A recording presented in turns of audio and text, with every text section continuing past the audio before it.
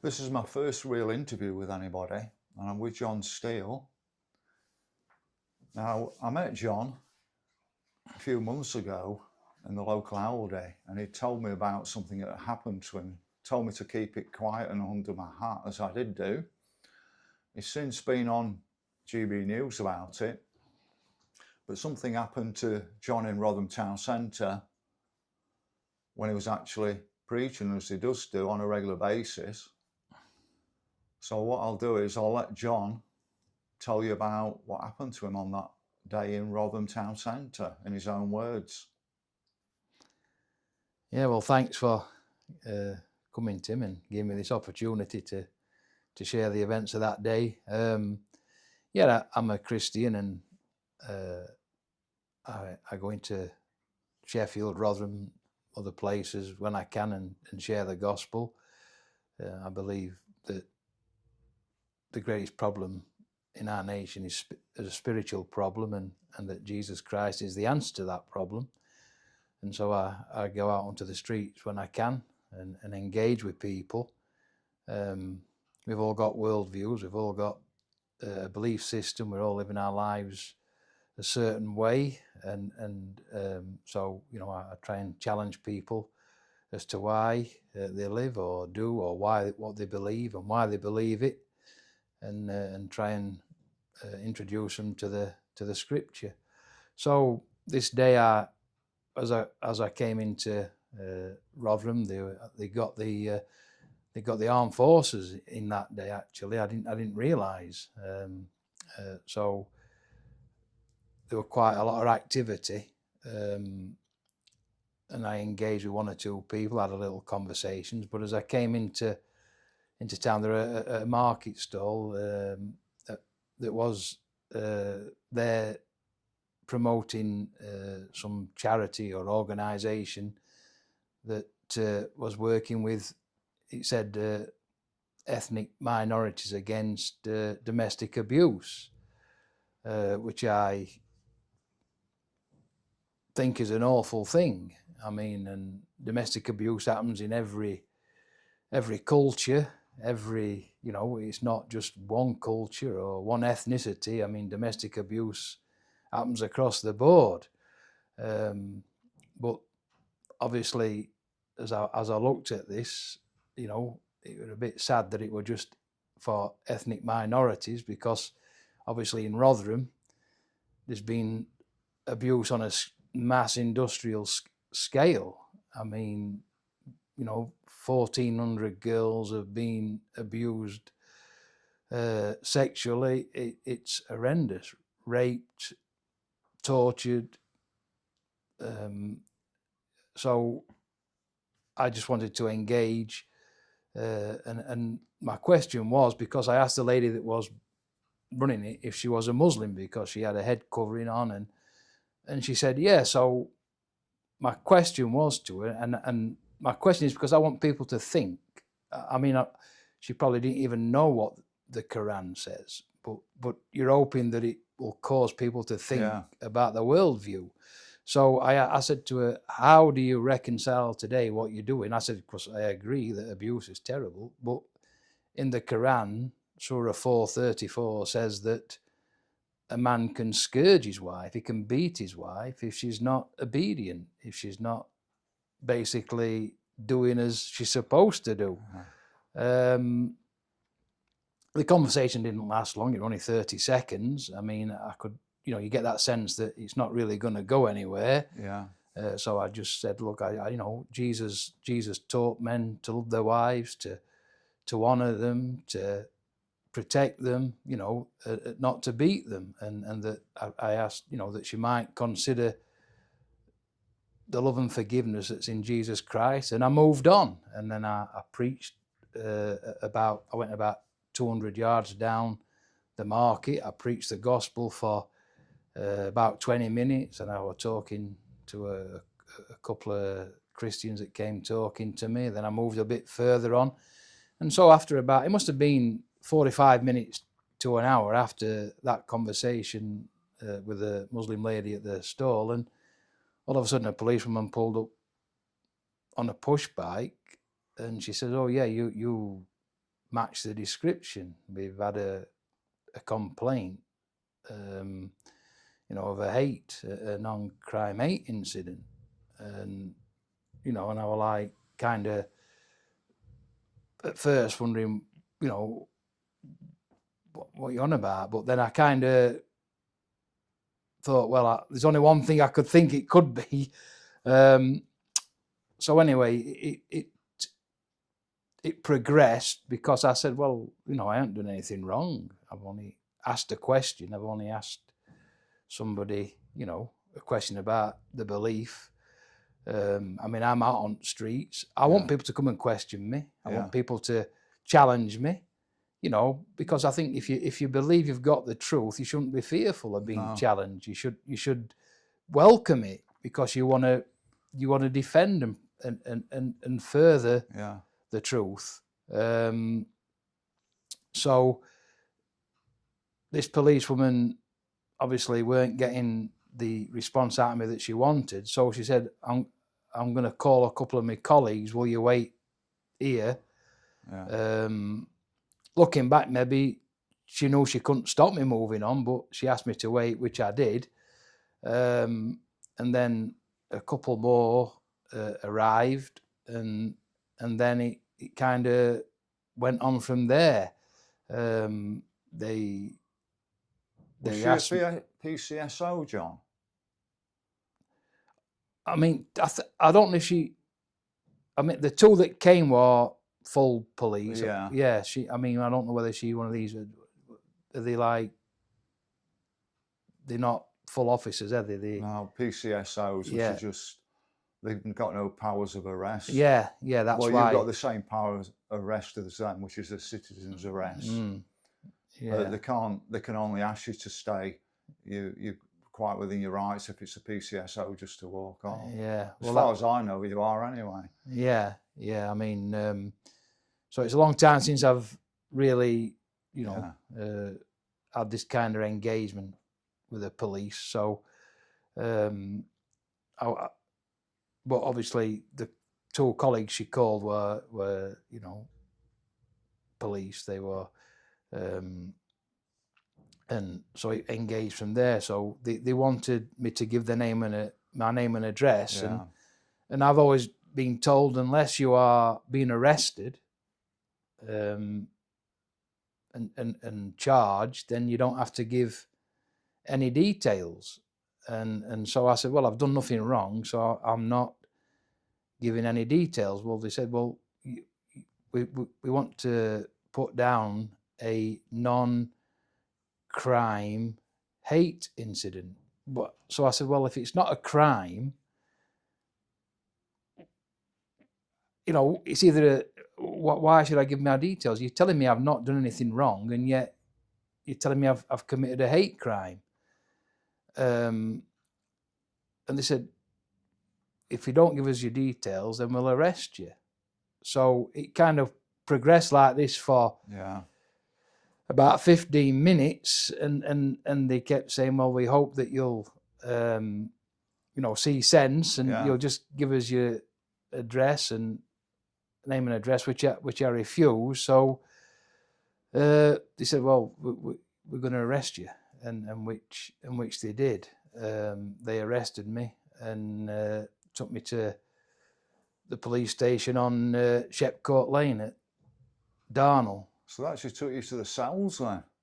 Yeah. That's where the cells are, yeah. Yeah, they took me there. I'm going to say they weren't heavy-handed or anything. They didn't handcuff me or anything, but they took me there, and they took me DNA, they took me fingerprints, they took me picture, and then they put me. They emptied everything out of my pockets. They went through everything, and then they stuck me in a cell. And then I weren't there that long, but then an officer came and he opened the hatch and he said, "If you just give your name and address, you can go." Yeah. I said, "Well, you've just emptied everything out of my pockets. You know my name, address. You've got everything. You've got my bank card. You've got everything. So so you know my name. You know my address. So you know. Anyway, he went, and then, I don't know, after about 20 minutes, half an hour, they came and took me out of the cell, took me back to the desk with the charging officer, and he gave me a printout. He said, "Here, this is your day in court. If you don't arrive that day, then there'll be a warrant put out for you to arrest." And so then they drove me home, and so then from there I contacted some lawyers. It's called Christian Concern, but they have lawyers that will defend people that are, you know, they really are trying to stand up for freedom of speech in this country, and they do a good work. And so I contacted them, explained the whole situation. They said, "We're going to defend you. We're going to, you know, we'll." So I can't remember how long it went, but maybe about 3 weeks after incident, I went to court, and that was a bit of a. Oh, so you actually ended up in court, John. I didn't realise you'd ended up in court. Yeah, well. I went to court. I thought it had been quashed before court. No, I went to court on the day. Gentleman from came up to be with me and support me, but the lawyer came through on, you know, by live feed. Yeah. So anyway, I went into the court, and what happened was they asked me to confirm my name and address. They read the charge, and the strange, because I believed I was being charged for refusing to give my details. Yeah. But when they read the charge, they actually read about, you know, the non-crime hate incident. So, but anyway, they read the charges out and they said, "How do you plead?" And I said, "Not guilty." And it kind of, the look on the faces, and they kind of looked a bit put out. And anyway, there were about, I think there were about three judges here that were sat up. So anyway, but main one, he got to my lawyer as he were communicating with him. He said, "This courtroom is only for those that plead guilty." So obviously they thought I were going to come and plead guilty. Yeah. So anyway, there was some dialogue, and then they said, "Right, we're going to have to move you to another courtroom." Where was this court, John? This is at West Bar, isn't it? West Bar in Sheffield. Yeah, Magistrates That Court. big new one, yeah. Magistrates. I know what you mean, yeah. It's a massive new building. And so they said, "You have to move you to another courtroom." So we came out, and we, for about another hour or so, anyway, they took us into another courtroom, and I thought we were going to have to go through the same process. Yeah. But judge says, "Just sit down at back, Mr. Steele, you're okay." And so he started to engage with my lawyer, and my lawyer said, "Look, we believe that Mr. Steele were, you know, just doing what he's enabled, you know, he's a right to do, his freedom of speech, you know." So the judge were looking at the case, and he said, "Well, I'm looking at this case." He says, "There's no witnesses, there's no police statement." He says, what do you want me to do with this?" So the Crown prosecution asked that it would be suspended while they decided whether they wanted to prosecute me or not, you know. So it was adjourned. We came away, and I think it was a week. I mean, I've lost kind of track of time now after this, but a couple of weeks later, maybe, my lawyer phoned up and he said, "It's great news, isn't it?" I said, "What's great news?" He said, "Well, they've dropped everything, they've quashed it. They're not going to proceed. They don't think it's in the public interest to pursue it." So that's where it ended. That is what happened. So what about? Are you taking any further action against South Yorkshire Police, John? No, not at this minute. Not this minute. No, I've not got any. Are you considering it, or yeah? I've had advice I should, and yeah. I mean, one thing is I'm waiting, and I've asked because I need to know that first and foremost that my name's been cleared and all these things have been removed from my record, and I'm still waiting on that.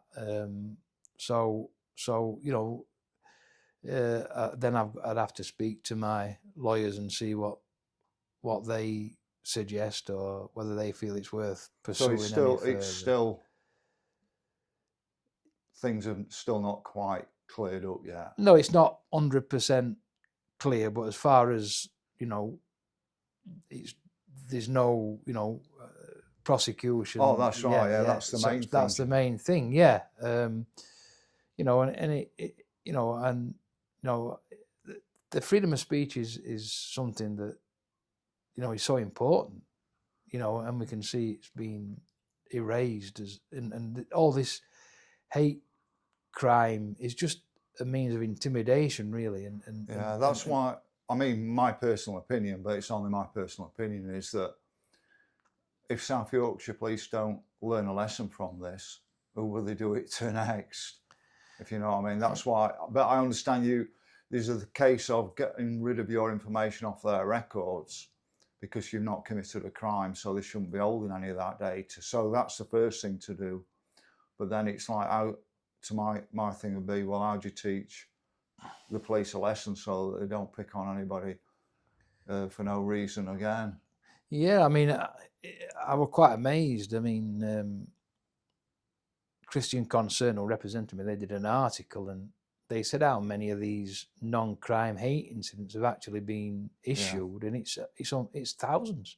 Is that in Rotherham or South Yorkshire? Well, I think nationwide, thousands, and what it is it's just a way, I suppose, as well of shifting somebody on, because they don't want to do, I remember years ago, I was preaching in Rotherham, and somebody came up and were very aggressive toward me, really aggressive. And a mounted police officer came, and he came up to this guy, shoved the horse's nose on him, and moved him on, told him to clear off, and then he sat there on horse while I preached and made sure that I had my rights upheld. You know what I'm trying to say? Yeah, I understand that. Now it's kind of, they don't want the work. They just want it quiet, everybody moving on. I think they're also seeing, I mean, we're not getting into it too much, but I think they're also seeing the current situation with what's recently happened that we won't mention, but it's headlines at the moment. Where they just want to try and calm things down, but then that's taking away free speech. Yeah, well, it's suppression, and that's the thing, innit? It's not, it's fear mongering, it's suppression, it's beating people down, it's telling them that what they feel, what they see, what they're experiencing ain't real. Yeah. They're trying to change your reality. Yeah. And it's evil. I mean, they're evil days that we're living in. This is an evil time. Yeah, that's brilliant, that, John. So what I'll do is I'll keep space with you in future, or touch space with you in future, and find out what happens about removing your information from police records, and whether you decide to take any further action in the future through your Christian lawyers. That's brilliant, that, John. You came across absolutely fantastic. It's much easier not being on GB News. Well, it's nice talking to somebody I know we've chatted over years. I know we've got differences on quite a few things, but you know, we see and know that things aren't right. And Yeah, there's something quite wrong with the world, John, and I 100% agree with you. It's a spiritual war, this, and we're living in very evil times.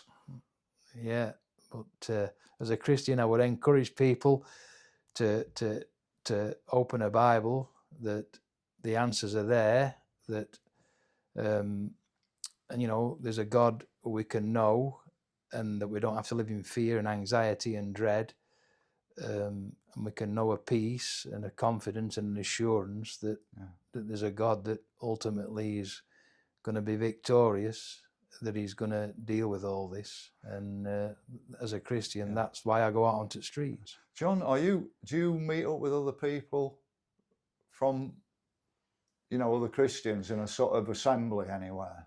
Well, I don't mean in a church, but in an assembly. Well, yeah, we meet in houses and meet up with other Christians, you know, because I mean, I know I could go down a whole nother thing, but I just wanted to wrap it up, kind of thing. Yeah. I mean, you can edit it a bit, can't you? But yeah, I mean, I do believe that the church has failed the nation. Yeah.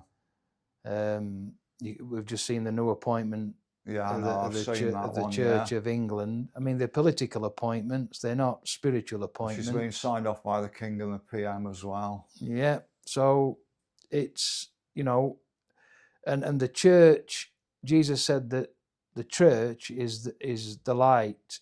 It should be the one that is for truth, for righteousness. It should be pointing out evil and wickedness. It should be looking to lift up the poor, the needy, the destitute. I mean, this is what the church should be doing, and it isn't doing it. It's calling good evil, and it's calling evil good. Yeah. But that's the church as the state. Yeah. But that don't mean it's the church of God. The true church that Jesus Christ died for, you know, is an organism. It's people that have truly put their trust and faith in Christ. It's not an organization. Yeah. So the standard is Jesus Christ. It's not the Church of England, and that's what I would encourage people, because yes, the church is. So you meet up informally with other people in their houses. Yeah, and things like that, or other places. Yeah, and online and things. Yeah, so it'd been lovely to have actually done this down at Roe Chavy, John, but you know the weather's not right. Not right for it. No. But that's all of that, John. Thanks ever so much for your time. Oh, thank you, Tim. Thanks for Brilliant. giving me Cheers, the opportunity. John. Thank you, Tim.